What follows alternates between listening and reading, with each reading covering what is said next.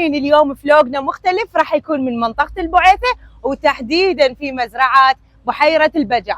احنا والعائلة راح نقضي اوقات حلوة. تعالوا اشوفكم شنو موجود بهاي المزرعة. أول ما وصلنا لحقنا حتى نطبخ الدورمة.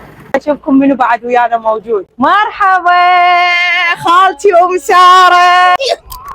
يموتن على بوس النسوان ما ادري ليش. سارة جيب الدورمة عايفتيه راح يحترق، انا ما اعرف اطبخ، انت فيه انا هم ما اعرف اطبخ. تبارك يا تبارك، طلع بالكاميرا يشوفوك العالم. هاي تبارك وهاي ساندي، نكمل رحلتنا يلا. هنا حسين ونقرر انه ينفخ هذا التيوب وين؟ على نهر دجله. دجله يحترق. دعاء بالمسبح بنات يلا. هلا هلا الله. وهسه صبينا السفره وبعد ما سبحنا وتعبنا راح ناخذ وجبه اكل لذيذه. طبعا شكرا لاهل المزرعه على هالنظافه والترتيب وكل شيء متوفر، كل شيء صينيه وكل شيء.